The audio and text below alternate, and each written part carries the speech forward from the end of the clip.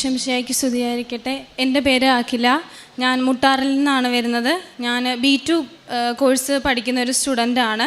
ഞാൻ 2022 May 3 German പഠിക്കാൻ വേണ്ടി ആലപ്പുഴയിൽ തന്നെ ജോയിൻ ചെയ്തത്. അപ്പം അങ്ങനെ A1 A2 എല്ലാം ഫസ്റ്റ് ചാൻസിൽ തന്നെ പാസ്സായിപ്പോയി.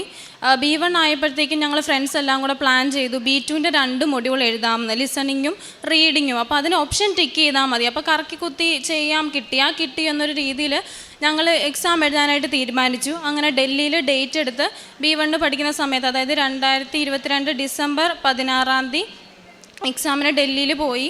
അങ്ങനെ എക്സാം എഴുതി 12 വർക്കിംഗ് ഡേയ്സ് കഴിഞ്ഞ് റിസൾട്ട് വന്നു. എനിക്കതിൽ ഒരു മൊഡ്യൂൾ കിട്ടി. അപ്പോഴത്തോട്ട് എനിക്ക് ഭയങ്കര അഹങ്കാരമായിരുന്നു. കാരണം ഒന്നും പഠിക്കാതെ പോയിട്ട് തന്നെ, അതായത് B1 പഠിച്ചുകൊണ്ടിരിക്കുമ്പോൾ B2ൻ്റെ എക്സാം എഴുതി, അപ്പം തന്നെ എനിക്ക് ഒരെണ്ണം കിട്ടി. അപ്പം മറ്റേത് എന്തായാലും ഞാൻ ഓട്ടോമാറ്റിക്കലി പാസ്സാകും, എന്തായാലും പെട്ടെന്ന് തന്നെ ജർമ്മനിക്ക് കയറി പോകാൻ പറ്റും എന്ന് പറഞ്ഞാൽ ഭയങ്കര അഹങ്കാരമായിരുന്നു എനിക്ക്. അത് കഴിഞ്ഞ് B1 കംപ്ലീറ്റ് ചെയ്തു. B2 കോഴ്സ് പഠിച്ചുകൊണ്ടിരിക്കുമ്പോഴാണെങ്കിലും പിള്ളേരൊക്കെ ചോദിക്കും, നീ എങ്ങനെ ഇത് എഴുതിയെടുത്തത്? അപ്പോൾ ഞാൻ പറഞ്ഞാൽ അതൊക്കെ സിമ്പിളാണ്, ചുമ്മാ പോയി എഴുതിയാൽ മതി, എനിക്ക് അങ്ങനെയാണ് കിട്ടിയത്. അപ്പം അവരാണെങ്കിലും എന്നെ ഇങ്ങനെ നോക്കിയിട്ട് പഠിപ്പിച്ച് തരുമോ എന്നൊക്കെ ചോദിക്കും. എനിക്ക് അറിയാവുന്നതൊക്കെ ഞാൻ അവർക്ക് പറഞ്ഞു കൊടുക്കും. എന്നാലും എൻ്റെ മനസ്സിൽ കിട്ടും, എന്തായാലും പോയി എഴുതിയാൽ കിട്ടും, ഫസ്റ്റ് ചാൻസിൽ തന്നെ കിട്ടും എന്നൊരു അഹങ്കാരമായിരുന്നു. അതിനുശേഷം B2 കംപ്ലീറ്റ് ചെയ്തിട്ട് ഏപ്രിൽ 24 ഞാൻ ചെന്നൈയിൽ ഡേറ്റ് എടുത്തു. ഞാനും എൻ്റെ ഫ്രണ്ടും കൂടാണ് എക്സാം എഴുതാൻ പോയത്. അപ്പോൾ അവൾ ഉടമ്പടിയൊക്കെ എടുത്ത് പ്രാർത്ഥിച്ച് ആണ് എക്സാമിന് വന്നത്. അപ്പോൾ ഞാൻ അങ്ങനെ ബാക്കി 3 മൊഡ്യൂൾ എഴുതി, അവളും മൊഡ്യൂൾസ് എഴുതി. അങ്ങനെ 12 വർക്കിംഗ് ഡേയ്സിന് ശേഷം റിസൾട്ട് വന്നു. എനിക്ക് ഒരു മൊഡ്യൂൾ പോലും കിട്ടിയില്ല. പക്ഷേ അവൾ എഴുതിയ മൊഡ്യൂൾസ് എല്ലാം അവൾ പാസ്സായി. അപ്പം ഞാൻ ആകെ തകർന്നു പോയി. എനിക്ക് ഒരു മൊഡ്യൂൾ പോലും കിട്ടിയില്ലല്ലോ. കാരണം ഏറ്റവും കൂടുതൽ പഠിച്ച ടോപ്പിക്കാണ് വന്നത്. അതിലെളുപ്പം ഇനിയും കിട്ടത്തില്ല. എന്നിട്ട് പോലും എനിക്ക് എന്താ കിട്ടാത്തതെന്ന് ഞാൻ ചിന്തിച്ചു. അപ്പം ഞാൻ ഒരു കാഴ്ച കണ്ടതെന്ന് പറഞ്ഞാൽ, അവൾ കൃപാസന മാതാവിൻ്റെ ഫോട്ടോ എടുത്ത് കെട്ടിപ്പിടിച്ച് കരഞ്ഞ് നന്ദി പറയുന്നതാണ് ഞാൻ കണ്ടത്. അപ്പോൾ അവൾ എൻ്റെ അടുത്ത് വന്നിരുന്ന് പറഞ്ഞു, എടി നീ കൃപാസനത്തിൽ പോയി പ്രാർത്ഥിക്ക്, നിന്നെ മാതാവ് രക്ഷിക്കും, നിന്നെ കയറ്റി വിടുമെന്ന് പറഞ്ഞു. അപ്പം ഞാൻ അവളോട് പറഞ്ഞു, എടി നീ എന്നെ ഒന്ന് കൊണ്ടുപോകാമോ? അങ്ങനെ അവളും അവളുടെ മമ്മിയും കൂടെ ഇവിടെ വന്ന് എന്നെ ഹെൽപ്പ് ചെയ്ത് ഞാൻ അങ്ങനെയാണ് ഉടമ്പടി എടുക്കുന്നത്. മെയ് 10 2023 ഞാൻ ഉടമ്പടി എടുക്കുന്നത്. അതിനുശേഷം ഞാൻ നല്ലപോലെ പ്രാർത്ഥിച്ചു. ആദ്യത്തെ 1-2 ആഴ്ചയൊക്കെ ഭയങ്കര പ്രാർത്ഥനയായിരുന്നു. അതിനുശേഷം പിന്നെ പത്രമൊക്കെ തന്നിട്ടുണ്ടായിരുന്നു. അപ്പോൾ എനിക്ക് കൊടുക്കാൻ മടിയായത് കാരണം ഞാനൊരു സൈഡിൽ അത് മാറ്റി വെക്കും. സമയം കിട്ടുമ്പോൾ കൊടുക്കും, അല്ലെങ്കിൽ അറിയാവുന്നവർക്ക് കൊണ്ട് കൊടുക്കും. അറിയാത്തവർക്കൊക്കെ കൊടുക്കാൻ എനിക്ക് ഭയങ്കര ഒരു ബുദ്ധിമുട്ടായിരുന്നു. എന്നിട്ട് പിന്നെ സന്ധ്യാപ്രാർത്ഥന ചെല്ലണമെന്ന് പറഞ്ഞു. എനിക്ക് പ്രാർത്ഥനയൊക്കെ ചെല്ലാൻ മടിയാണ്. കാരണം ഞാൻ വർക്ക് ചെയ്യുന്നുണ്ടായിരുന്നു. ജർമ്മൻ ലാംഗ്വേജ് പഠിച്ചു കഴിഞ്ഞിട്ട് പഠിപ്പിക്കാൻ വേണ്ടിയിട്ട് തിരുവല്ലയിൽ കയറിയിട്ടുണ്ടായിരുന്നു. അപ്പോൾ അതിൻ്റെ പേപ്പറും കാര്യങ്ങളൊക്കെ ചെക്ക് ചെയ്യാനുള്ളതുകൊണ്ട് ഞാൻ പ്രാർത്ഥന മാത്രം ചെല്ലിയിട്ട് കയറി കിടക്കും. അല്ലാതെ സന്ധ്യാപ്രാർത്ഥന ചെല്ലുമോ ബൈബിൾ വായിക്കുകയോ യാതൊന്നും ചെയ്യത്തില്ല. അപ്പം വീണ്ടും എനിക്ക് ഓവർ കോൺഫിഡൻസ് ആയി. ഞാൻ ഉടമ്പടി എടുത്തല്ലോ, എനിക്ക് എന്തായാലും കിട്ടും എന്ന് പറഞ്ഞിട്ട് വീണ്ടും ഡൽഹിയിൽ എക്സാമിന് ഡേറ്റ് എടുത്ത് ഞാൻ സെപ്റ്റംബറിൽ പോയി എക്സാം എഴുതിയതിന് ശേഷം 12 വർക്കിംഗ് ഡേയ്സിനുള്ളിൽ റിസൾട്ട് വന്ന് എനിക്ക് വീണ്ടും ഒന്നും കിട്ടിയില്ല. അപ്പം ഞാൻ മാതാവിനോട് ചോദിച്ചു, എനിക്ക് എന്താ ഒന്നും കിട്ടാത്തത്? ഞാൻ ഉടമ്പടി എടുത്തിട്ടല്ലേ പോയത്, അല്ലാത്ത പിള്ളേർക്കൊക്കെ കിട്ടിയില്ലോ, എനിക്ക് മാത്രം എന്താ കിട്ടാത്തത് എന്ന് ഞാനിങ്ങനെ ദേഷ്യപ്പെട്ട് ചോദിക്കുമായിരുന്നു. അപ്പം എൻ്റെ അമ്മ എൻ്റെ അടുത്ത് പറഞ്ഞു തരും, നീ പത്രം കൊടുത്തോ, നീ സന്ധ്യാപ്രാർത്ഥന ചെല്ലിയോ, ബൈബിൾ വായിച്ചോ, എന്തെങ്കിലും നീ ചെയ്തോ, പിന്നെ എന്ത് യോഗ്യതയാണ് നിനക്ക് മാതാവിനോട് ചോദിക്കാനുള്ളത് എന്ന് എൻ്റെ അമ്മ എനിക്ക് എപ്പോഴും പറഞ്ഞു തരുമായിരുന്നു. പള്ളിയിൽ പോയോ, ഒന്നും ചെയ്തിട്ടില്ലല്ലോ എന്ന് പറയുമായിരുന്നു. അതിനുശേഷം ഞാൻ പിന്നെ നവംബറിൽ വന്ന് ഉടമ്പടി പുതുക്കിയതിന് ശേഷം വീണ്ടും ശക്തമായിട്ട് പ്രാർത്ഥിച്ചു. എൻ്റെ തെറ്റുകൾ മനസ്സിലാക്കി ഞാൻ പ്രാർത്ഥിച്ചു. അതിനുശേഷം ഞാൻ വീണ്ടും ട്രിവാൻഡ്രത്തെ എക്സാം എഴുതി റിസൾട്ട് വന്നപ്പം 30 ദിവസം എടുത്തു റിസൾട്ട് വരാൻ. 1 മാസം വെറുതെ പോയി. എന്നിട്ടും എനിക്ക് കിട്ടിയില്ല. എന്നാലും ഞാൻ വിട്ടുകൊടുത്തില്ല, എനിക്ക് കിട്ടും, എനിക്ക് മാതാവ് തരുമെന്നൊരു വിശ്വാസം എന്നിൽ ഇരട്ടിച്ചു. അങ്ങനെ ഞാൻ വീണ്ടും എക്സാം എഴുതാനായിട്ട് ചെന്നൈയിൽ ഡേറ്റ് എടുത്തു. അങ്ങനെ നല്ലപോലെ ശക്തമായി പ്രാർത്ഥിച്ച് 3 മണിക്ക് എണീറ്റ് പ്രാർത്ഥിച്ച് മാതാവിനോട് കരഞ്ഞ് വിളിച്ച് പ്രാർത്ഥിച്ച് പള്ളിയിൽ പോയി പത്രം കറക്റ്റ് സമയത്ത് കൊടുത്ത് ബൈബിൾ വായിച്ച് ഒക്കെ ഞാൻ എക്സാം എഴുതാൻ പോയി. അങ്ങനെ റിസൾട്ട് വന്നപ്പോൾ എനിക്ക് കിട്ടി. അതിന് ശേഷം ഞാൻ പ്രോസസ്സിങ് ചെയ്യാൻ വേണ്ടിയിട്ട് ഞാൻ ആദ്യം ഒരു ഏജൻസിയിൽ കൊടുത്തു കഴിഞ്ഞപ്പം അവർ ആദ്യം ഡോക്യുമെൻറ്റ്സ് എല്ലാം മേടിച്ചതിന് ശേഷം അവർ ഒരു മാസം കഴിഞ്ഞപ്പോൾ പറഞ്ഞു നമുക്കങ്ങനെ ചെയ്യാൻ പറ്റത്തില്ല, അങ്ങനെ പ്രോസസ്സിങ് പറ്റത്തില്ല എന്ന് പറഞ്ഞു. അപ്പം ഇവർ പിന്നെ ഫോൺ എടുക്കുന്നില്ല. ഞാൻ എത്ര വിളിച്ചിട്ട് ഇവർ ഫോൺ എടുക്കുന്നില്ല. അങ്ങനെ എനിക്ക് മനസ്സിലായി ഇനി അത് പോക്ക് നടക്കത്തില്ല. അപ്പം ഏപ്രിൽ, സെപ്റ്റംബർ, ഒക്ടോബറാണ് നമുക്ക് ഇൻഡേക്ക് വരുന്നത്. അപ്പോൾ എൻ്റെ ഏപ്രിൽ ഇൻഡേക്ക് പോയി. അപ്പം ഞാൻ വീണ്ടും പ്രാർത്ഥിച്ചു. അങ്ങനെ അടുത്ത ഏജൻസിയിൽ കൊടുത്തപ്പം അവർ പിന്നെയും ഡോക്യുമെൻറ്റ്സ് എല്ലാം മേടിച്ചു, ഓക്കെ ആണ്, പ്രൊസീഡ് ചെയ്യാമെന്നെല്ലാം പറഞ്ഞു. അപ്പോഴെല്ലാം ഞാൻ മാതാവിനോട് പറയുന്നുണ്ട്, മാതാവേ നല്ലതാണെങ്കിൽ മാത്രമേ എന്നെ ഈ വഴി കൊണ്ടുപോകാവുള്ളേ, ഇല്ലെങ്കിൽ മാറ്റിത്തരണേ എന്ന് എപ്പോഴും ഞാൻ പ്രാർത്ഥിക്കും. പള്ളിയിൽ പോകും, നല്ലപോലെ എന്നെ കൊണ്ട് പറ്റുന്ന അത്രയും രീതിയിൽ ഞാൻ പ്രാർത്ഥിക്കുമായിരുന്നു. എന്നിട്ട് അവർ ഒരു മാസം കഴിഞ്ഞപ്പോൾ അവർ പറയുക ഞങ്ങൾക്ക് കൊണ്ടുപോകാൻ പറ്റത്തില്ല, അക്കോമഡേഷൻ കിട്ടത്തില്ല, അക്കോമഡേഷൻ വെച്ചില്ലെങ്കിൽ നമുക്ക് വിസ റിജക്റ്റ് ആവുമെന്ന് പറഞ്ഞു. അങ്ങനെ അവർ ഡോക്യുമെൻറ്റ്സ് എല്ലാം തിരിച്ചു തന്നു, വേറെ എവിടെയെങ്കിലും കൊടുത്തോളാൻ പറഞ്ഞു. അപ്പം ഞാൻ ആകെ തകർന്നു. ഇതെന്നെ ആർക്കും എന്നെ വേണ്ടേ, മാതാവിനും എന്നെ വേണ്ടേ എന്ന് പറഞ്ഞ് ഭയങ്കര വിഷമത്തിൽ ഞാൻ അടുത്ത ഏജൻസിയിൽ കൊടുത്തു. അവർ ഏജൻസിയല്ല, പ്രൈവറ്റായിട്ട് ജർമ്മനിയിൽ തന്നെ ചെയ്യുന്ന ഒരാളായിരുന്നു. അപ്പോൾ പുള്ളിക്കാരൻ്റെ വൈഫാണത് ചെയ്യുന്നത്. അപ്പോൾ അവർ ഉറപ്പ് പറഞ്ഞു. അങ്ങനെ ഞാൻ ആദ്യമേ ചോദിച്ചു, ഇങ്ങനെ എല്ലാവരും എനിക്ക് തിരിച്ചു തരുക, ഇവിടെ എന്തെങ്കിലും പ്രശ്നങ്ങളുണ്ടാകുമോ? അപ്പോൾ അവർ പറഞ്ഞു യാതൊരു പ്രശ്നവും ഉണ്ടാകത്തില്ല, ഞങ്ങൾ ഇഷ്ടം പോലെ പിള്ളേരെ കയറ്റിക്കൊണ്ട് വന്നതാണെന്ന് പറഞ്ഞു. വീണ്ടും ഒരു മാസം കഴിഞ്ഞപ്പോൾ അവരെനിക്ക് എൻ്റെ ഡോക്യുമെൻറ്റ്സ് തിരിച്ചു തരുമോ, ഞങ്ങൾക്ക് കൊണ്ടുപോകാൻ പറ്റത്തില്ല എന്ന് പറഞ്ഞിട്ട് എനിക്കറിയത്തില്ല എന്താ സംഭവിക്കുന്നതെന്ന്. ഞാൻ എൻ്റെ മാതാവിനോട് കരഞ്ഞു പറഞ്ഞു, എന്തിനാ എന്നെ ഇങ്ങനെ ഇട്ട് തട്ടുന്നത്, ഞാൻ ഇതിന് മാത്രം എന്ത് തെറ്റാ ചെയ്തതെന്ന്. എനിക്ക് എൻ്റെ അമ്മ ഫോൺ വിളിക്കുമ്പോൾ, ഞാൻ ഹോസ്റ്റലിലാണ് നിൽക്കുന്നത്, ഫോൺ വിളിക്കുമ്പോൾ എന്നോട് പറയും, എടി കുർബാന കഴിഞ്ഞിട്ട് ഞാൻ ഏറ്റവും ലാസ്റ്റായി ഇറങ്ങുന്നേ, കാരണം ആൾക്കാർ ചോദിക്കുമ്പോൾ നിനക്ക് പോകാറായില്ലേ, അവൾ പോകുന്നില്ലേ, എനിക്ക് ചോദ്യം കേട്ട് മടുത്തു. അതൊക്കെ കേൾക്കുമ്പോൾ എൻ്റെ ചങ്ക് തകരും. കാരണം ഞങ്ങൾക്ക് ഫിനാൻഷ്യലിയും ബുദ്ധിമുട്ടുണ്ട്. അച്ഛയ്ക്കൊരു ആക്സിഡൻറ്റ് കഴിഞ്ഞ കാരണം കൊറോണ സമയത്ത് നിർത്തിപ്പോകുന്നതാണ് ഖത്തറിൽ നിന്ന്, പിന്നെ ജോലിക്കൊന്നും പോയിട്ടില്ല.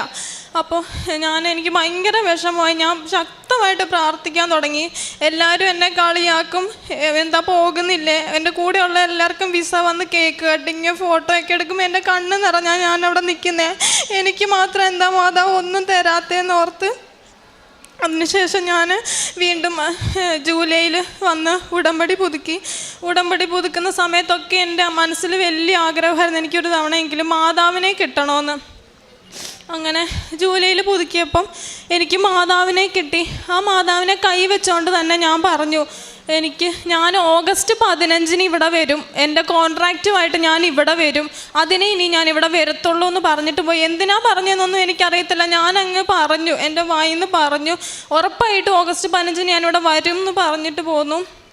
അങ്ങനെ ഞാൻ അതിനുശേഷം ഒരു ഏജൻസിയിൽ കൊടുത്തതിന് പിന്നെ അവനിക്ക് ഇൻ്റർവ്യൂ സ്പീഡാക്കി തന്നു. ലാസ്റ്റത്തെ ഫൈനൽ ഇൻ്റർവ്യൂ ഉടമ്പടി പുതുക്കിയതിന് ശേഷം ചെന്ന ഉടനെ എനിക്ക് ഫൈനൽ ഇൻ്റർവ്യൂ കിട്ടി. അതിൽ ഫൈനൽ ഇൻ്റർവ്യൂ കയറി ഫസ്റ്റ് ക്വസ്റ്റ്യൻ പറഞ്ഞ പാടെ അവർ പറഞ്ഞു, ഞങ്ങൾക്ക് ഈ കുട്ടിയെക്കുറിച്ചുള്ളതെല്ലാം നല്ല ക്ലിയറായി, ഇനി ഇയാൾ യാതൊരു ആൻസറും പറയണ്ട, വണ്ടർഫുള്ളായിട്ട് ഇയാൾ ഇൻ്റർവ്യൂ പ്രസൻറ്റ് ചെയ്തിട്ടുണ്ടെന്ന് എന്നോട് അവർ പറഞ്ഞു. എനിക്കറിയത്തില്ല എന്താ സംഭവിക്കുന്നത്, എനിക്ക് മനസ്സിലായി മാതാവ് എൻ്റെ കൂടെ തന്നെയുണ്ട്, ശക്തമായിട്ട് പ്രാർത്ഥിച്ചാൽ എനിക്ക് കിട്ടുമെന്ന് എനിക്ക് മനസ്സിലായി. അങ്ങനെ അച്ഛയ്ക്ക് ജൂലൈ 15 അച്ഛയ്ക്ക് ഞാൻ ജോലിക്ക് വേണ്ടി ഡേറ്റ് ഇട്ട് പ്രാർത്ഥിച്ചത്. ജൂലൈ 13 ആയപ്പോൾ അച്ഛയ്ക്ക് വിസ വന്നു. ജൂലൈ 16 അച്ഛ ഖത്തറിന് കയറിപ്പോയി. അങ്ങനെ പൈസയുടെ കാര്യങ്ങളും ഏകദേശം ഓക്കെ ആയി. പിന്നെ ഇനിയിപ്പം 2 ലക്ഷം രൂപയോളം നമുക്ക് പ്രോസസ്സിങ്ങിന് അടയ്ക്കേണ്ടി വരും. അപ്പം ഞങ്ങൾക്കൊരു അങ്കിളുണ്ട്, അങ്കിള് തന്ന് സഹായിക്കാമെന്ന് പറഞ്ഞു. അതിനുശേഷം ഞാൻ വീണ്ടും അവരെ ഏജൻസിയിൽ കൊടുത്തവരെ വിളിച്ച് കോണ്ടാക്ട് ചെയ്യുകയുണ്ടായി, എന്താ ചെയ്യണ്ടേ, എപ്പോഴാണ് പേപ്പേഴ്സൊക്കെ വരുന്നതെന്ന് പറഞ്ഞു. അപ്പോൾ അവർ പറഞ്ഞു ഇത്ര ദിവസത്തിനുള്ളിൽ വരും, കുറച്ച് ഡിലേ ഉണ്ട് എന്ന് പറഞ്ഞു. അപ്പോൾ ഞാൻ വീണ്ടും മാതാവിനോട് ശക്തമായിട്ട് പ്രാർത്ഥിക്കാൻ തുടങ്ങി, എനിക്ക് തന്നേ പറ്റത്തുള്ളൂ, എൻ്റെ കുടുംബത്തെ രക്ഷിക്കാൻ എനിക്കൊരു വഴി അമ്മ തന്നേ പറ്റത്തുള്ളൂ എന്ന് പറഞ്ഞ് കരഞ്ഞ് പ്രാർത്ഥിക്കാൻ തുടങ്ങി. എപ്പോഴും എനിക്ക് കരച്ചിൽ മാത്രമേ ഉള്ളൂ. ഞാൻ അവിടെ ചെന്ന് മാതാവിൻ്റെ ഫോട്ടോയിൽ നോക്കി കരയും. എനിക്ക് ഒന്നും പ്രാർത്ഥിക്കാനുമില്ല, കാരണം ആർക്കും എന്നെ വേണ്ട, എല്ലാവരും എന്നെ ഇട്ട് തട്ടുക, എവിടെ ചെന്നാലും കളിയാക്കൽ മാത്രമേ ഉള്ളൂ. നാട്ടിൽ പള്ളിയിൽ പോകാൻ പോലും എനിക്ക് പേടിയാണ്. ഞാൻ ഹോസ്റ്റലിൽ നിൽക്കുകയുള്ളൂ, ഇങ്ങോട്ട് നാട്ടിലേക്ക് വരില്ല. കാരണം ഞാൻ മൂത്ത ആളാണ്, താഴെ 3 പേരാണ്. അവൾ പിള്ളേരെ വളർത്തി അതുവഴി നടക്കുമായിരുന്നൊക്കെ പറഞ്ഞ് ഒരുപാട് പേരെന്നെ കളിയാക്കുമായിരുന്നു. അതിനുശേഷം ഓഗസ്റ്റ് 13 ആയപ്പോഴത്തേക്കും മാതാവ് എനിക്ക് കോൺട്രാക്റ്റ് തന്നു. 15-ാം തീയതി ഇന്ന് ഞാനിവിടെ സാക്ഷ്യം പറയാൻ വന്നിരിക്കുകയാണ്. എന്നെ കളിയാക്കിയവരുടെ മുന്നിൽ, എന്നെ പരിഹസിച്ചവരുടെ മുന്നിൽ, ഞാനൊന്നും ആകില്ലെന്ന് പറഞ്ഞവരുടെ മുന്നിൽ മാതാവ് എന്നെ വെല്ലുവിളാക്കി കാണിച്ചു. അവിടെ ഏറ്റവും നല്ല ഹോസ്പിറ്റലിൽ ഏറ്റവും സാലറിയിൽ സെപ്റ്റംബർ ലാസ്റ്റ് ഞാൻ ജർമ്മനിക്ക് പറക്കുകയാണ്. എൻ്റെ അമ്മയ്ക്ക് 1000 നന്ദി. പരിശുദ്ധ അമ്മയുടെ മധ്യസ്ഥതയിൽ വ്യക്തമായിട്ട് സത്യം പറഞ്ഞ ഹൃദയം കൊണ്ട് തന്നെ സാക്ഷ്യം പറഞ്ഞിട്ടുണ്ട്. ഇതിൽ ഏറ്റവും പ്രധാനപ്പെട്ടത് ഈ മകളോട് അമ്മ പറയുന്നുണ്ട്. അത് അമ്മ നമ്മൾ ഉടമ്പടിയിലായിരിക്കുമ്പം നമ്മൾ നമ്മുടെ ചുറ്റും നടക്കുന്ന കാര്യങ്ങളും ഉടമ്പടിയിൽ നമ്മളോടായിരിക്കും മറ്റുള്ളവരോട് പറയുന്ന സംസാരം, അത് ദേഷ്യത്തോടെ ആണെങ്കിലും പരിഹാസത്തോടെ ആണെങ്കിലും അതിലൊക്കെ ദൈവത്തിന് സന്ദേശം ഉണ്ടാകാൻ സാധ്യതയുണ്ടെന്നുള്ളത്. ഇപ്പോൾ ഈ മകളുടെ അമ്മ പറയുന്നുണ്ട്, മോളെ നീ കാര്യങ്ങളൊന്നും ചെയ്യാതെ ദൈവത്തിന് മുമ്പിൽ നിന്ന് പ്രാർത്ഥിക്കാനായിട്ട് എന്ത് യോഗ്യതയാണ് നിനക്കുള്ളതെന്നുള്ളൊരു ചോദ്യം ഒരു പക്ഷേ ആ സാഹചര്യത്തിൽ അമ്മ പെട്ടെന്ന് ചോദിച്ചതാണെങ്കിലും ആലോചിച്ചിട്ട് ചോദിച്ചാൽ ആ ചോദ്യത്തിന് ഉടമ്പടി നിൽക്കുന്നവർക്ക് ഒരു വലിയൊരു അർത്ഥമുണ്ട്. കാര്യം ഉടമ്പടിയിലായിരിക്കുന്ന വ്യക്തി ദൈവത്തിൻ്റെ തിരുമുമ്പിലായിരിക്കുമ്പം ഫസ്റ്റ് എന്ന് പറയണത് നമ്മളെ ഏൽപ്പിക്കപ്പെട്ടിരിക്കുന്ന കാര്യം ഗൗരവമായിട്ട് നമ്മൾ എടുത്തിട്ടുണ്ടോ ചെയ്തിട്ടുണ്ടോ എന്നുള്ളതാണ്. ഇത് ഉടമ്പടിയിൽ നിൽക്കുന്നില്ല, ഇത് ദൈവത്തിൻ്റെ മനോഭാവമാണ്. നമ്മൾ ദൈവം കരുണാമയന എന്ന് പറയുന്നതിനോടൊപ്പം ദൈവ തിരുമുൻപിൽ എപ്പോഴും വ്യാപരിക്കുമ്പോൾ കർത്താവ് ഈ താലന്തിൻ്റെ ഉപമയൊക്കെ പറയുമ്പം കർത്താവ് നിങ്ങൾക്ക് 2 തന്നിട്ടുണ്ടെങ്കിൽ ബാക്കി 4 നിങ്ങൾ വർദ്ധിപ്പിക്കാത്തതിൻ്റെ റീസൺ ദൈവം ചോദിക്കുന്നുണ്ട്. അത് ദൈവം പെട്ടെന്നൊരു പൊങ്ങൽ ഉണ്ടാക്കിയ ഒരു കഥ പറഞ്ഞതല്ലല്ല, ഇത് ദൈവത്തിൻ്റെ മനസ്സാണ്. അത് അവസാനം പറയും കർത്താവ് പറയുന്നുണ്ട്, ഒരു തെരഞ്ഞെടുപ്പുണ്ട്, നിങ്ങൾ ഒരു പാത്രം വെള്ളമെങ്കിലും കൊടുത്ത് നിങ്ങൾക്ക് ബലം കിട്ടും, നിങ്ങൾ ദരിദ്രർക്ക് വേണ്ടി നിങ്ങൾ ചെയ്യണം, കുടിക്കാൻ വെള്ളം കൊടുക്കണം. ഇത് ദൈവത്തിൻ്റെ മനസ്സാണ് ഈശോ ഉപമകളിലൂടെ പറയണത്. ഇത് ഉടമ്പടിയിൽ ഇത് വ്യക്തമായിട്ടുണ്ട്. അപ്പം ദൈവത്തിൻ്റെ തിരുമുമ്പിൽ ഒരാൾ നിൽക്കുമ്പം ആ മകന് അല്ലെങ്കിൽ ആ മകൾക്ക് ഒരു യോഗ്യതയുടെ ഒരു പ്രശ്നമുണ്ട്. അത് അറിവുള്ളവരാകുമ്പോൾ അതിന് കുറച്ചും കൂടി ഉത്തരവാദിത്വമുണ്ട്. കാരണം നമുക്ക് പ്രാർത്ഥിക്കണമെന്നും ഉടമ്പടി എടുത്തവരാകുമ്പോൾ കുറച്ചും കൂടെ. അപ്പോൾ അതുകൊണ്ടാണ് അച്ഛൻ തമാശ രൂപേണയും ഗൗരവമായിട്ട് പറയുന്നത്, ആരും ഇതിനെക്കുറിച്ച് അറിയാതെ വെറുതെ കൊണ്ട് തല വെക്കരുതെന്നൊക്കെ തന്നെ അച്ഛൻ പറയണത് അത്രയും ഫ്രാങ്കായിട്ട് അച്ഛൻ പറയണത്. കാരണം ഇവിടെ വന്ന് നിങ്ങൾ ക്ലാസ് കേട്ട് എന്ത് ചെയ്യണമെന്നൊക്കെ അറിഞ്ഞ് അൾത്താരയിൽ കയറി പ്രതിജ്ഞ ചെയ്തിട്ട് പോയിട്ട് ഇതൊന്നും ചെയ്യാതെ ദൈവം ഒന്നും നടത്തണില്ലല്ലോ എന്ന് പറയാനുള്ള യോഗ്യത ദൈവത്തിരുമുമ്പിലില്ല. കാരണം നമുക്ക് അജ്ഞരല്ലല്ലോ. അപ്പം ഞാനും ഇതുണ്ട്. അപ്പം അത് അമ്മയുടെ നാവിൽ നിന്നൊരു പക്ഷേ അത് ഈ മകൾ അതിനേക്കാളും അപ്പുറം ഇവക്കത് വ്യക്തമായിട്ട് മനസ്സിലായി. അങ്ങനെ നമ്മുടെ പ്രാർത്ഥന കൊണ്ട് മാത്രം ഇത് വർക്കൗട്ട് ചെയ്യത്തില്ല. അച്ഛൻ്റെ ആരാധന നിങ്ങൾ കൂടണമെന്ന് പറയണതും ഇതിൻ്റെ ആത്മാവ് ഇങ്ങനെയാണ്. കരഞ്ഞുകൊണ്ട് വീട്ടിൽ പ്രാർത്ഥിച്ചുകൊണ്ടിരുന്നതുകൊണ്ട് മാത്രം ദൈവത്തിൻ്റെ തിരുമുമ്പിൽ നമ്മുടെ പ്രാർത്ഥന വിലപ്പോകുന്നതാവുന്നില്ല എന്നുള്ളത് ദൈവം തന്നെ പറയുന്നുണ്ട്. അതാണ് കർത്താവിൻ്റെ ഏറ്റവും വലിയ കാറ്റഗോറിക്കൽ സ്റ്റേറ്റ്മെൻറ്റ് എന്ന് പറയുന്നത്. കർത്താവേ എന്ന് വിളിക്കുന്നവനല്ല, എൻ്റെ ഹിതം നിറവേറ്റുന്നവനാണ് സ്വർഗ്ഗത്തിൽ കയറുന്നത്. ഇത് കർത്താവ് വെറുതെ പറയണതല്ലല്ലോ. അപ്പോൾ പ്രാർത്ഥനയും ഈ മകളിപ്പോൾ അവസാനം പറഞ്ഞതും വളരെ പ്രധാനപ്പെട്ടാണ്. ഏതോ ഒരു സാക്ഷ്യത്തിൽ ഒരുപക്ഷെ ഈ മകളുടെ തന്നെ പ്രായം 1-2 വയസ്സ് മേളിലോട്ട് താഴോട്ട് വ്യത്യാസമുള്ളൊരു കൊച്ചു പറഞ്ഞ സാക്ഷ്യം അവളെ സ്പർശിച്ചു. കാരണം ഈ പിള്ളേർ സാക്ഷ്യം പറയുമ്പോൾ അവർക്ക് ഒരു കാൽക്കുലേഷൻ ഉണ്ട്, പഠിക്കുന്നവരായതുകൊണ്ട് അവർക്ക് മനസ്സിലായി ഇത് ഇവിടുന്ന് പറഞ്ഞു കൊടുക്കണതല്ലല്ലോ, കാരുണ്യപ്രവർത്തനം ചെയ്യാത്തതുകൊണ്ടാണ് കാര്യം നടക്കാത്തതെന്ന് അവർക്കൊരു ബോധ്യം കിട്ടി. ജീവിതത്തിൽ അത് ചെയ്യാൻ ഈ മകൾ ശ്രമിക്കുന്നുണ്ട്. അപ്പോഴും പ്രാർത്ഥിച്ച് കരഞ്ഞുകൊണ്ടിരുന്നെന്നുള്ളതല്ല, സാധ്യത നോക്കി അവിടെയുള്ള അച്ഛൻ്റെയൊക്കെ ചെന്ന് കാര്യങ്ങൾ ക്രമിയപ്പം അതിന് വ്യക്തമായിട്ടാണ് അപ്പോഴും കാര്യങ്ങൾ നടന്നില്ലെന്നുള്ള സാക്ഷ്യത്തിൽ പറയുന്നുണ്ട്. അപ്പം അപ്പോഴും ഒരുപാട് ഞെരുക്കത്തിലൂടെ കടന്നു പോകുമ്പോൾ ഈ മകൾ പ്രാർത്ഥന വിടുന്നില്ല. അവസാനം ഓഗസ്റ്റ് 15 എന്ന് പറയുന്നൊരു ഡേറ്റ് ഇട്ട് പ്രാർത്ഥിച്ചെന്നുള്ളതാണ്. അപ്പോൾ നമ്മൾ വിശ്വസിച്ചാലും ഇല്ലെങ്കിൽ അതൊന്നും ഈ മകളെ സംബന്ധിക്കുന്നൊരു പ്രശ്നമേ അല്ല. പക്ഷേ ഇന്ന് മാതാവിനെ പുതുക്കാൻ വന്നപ്പോൾ കൈ പിടിച്ചുകൊണ്ട് ഓഗസ്റ്റ് 15-ാം തീയതി നീ ഇതൊക്കെ തരണം എന്ന് സ്വന്തം അമ്മയോട് പറയുന്നതിനേക്കാളും ശക്തിയോടെ ഒരാൾക്ക് പറയാൻ പറ്റുന്നു. അമ്മ ആ വാക്കിന് വില കൊടുക്കുന്നു. ഇന്ന് ഓഗസ്റ്റ് 15-ാം തീയതി അൾത്താരയിൽ ഈ മകൾ നിൽക്കുന്നു. ഇത് നമ്മൾ വിശ്വസിച്ചാലും ഇല്ലെങ്കിൽ ഇവളെ സംബന്ധിച്ചിടത്തോളം ആ വിശ്വാസ ജീവിതത്തിൽ ഏറ്റവും വലിയ. രണ്ടാമത്തത്, ആ സമയത്ത് തന്നെ അപ്പച്ചൻ്റെ കാര്യവും ക്രമപ്പെടുന്നുണ്ട്. നിങ്ങളത് സാക്ഷ്യം കേൾക്കുമ്പം നിങ്ങൾ കേട്ടപ്പോൾ മനസ്സിലായിട്ടുണ്ട്, അപ്പൻ്റെ കാര്യം ക്രമപ്പെടുന്നു. അപ്പോൾ ഈ മകളുടെ പ്രാർത്ഥനകളൊക്കെയും മാതാവ് ശക്തമായിട്ട്, ഒരു പക്ഷേ സഹനങ്ങളും ബുദ്ധിമുട്ടുകളുടെ നടുവിലൂടെ പോകുമ്പോഴും നിങ്ങൾ പ്രാർത്ഥന ഉപേക്ഷിക്കരുതെന്ന് വളരെ ചെറുപ്പക്കാരായിട്ടുള്ളവരുടെ സാക്ഷ്യം പോലും നമ്മളെ പഠിപ്പിക്കുന്നുണ്ടെങ്കിൽ ഈ പ്രാർത്ഥനയോടൊപ്പം ദൈവസാന്നിധ്യം ഉണ്ട്. അപ്പം അത് അനുഭവിക്കാൻ നമുക്ക് എല്ലാവർക്കും സാധിക്കും.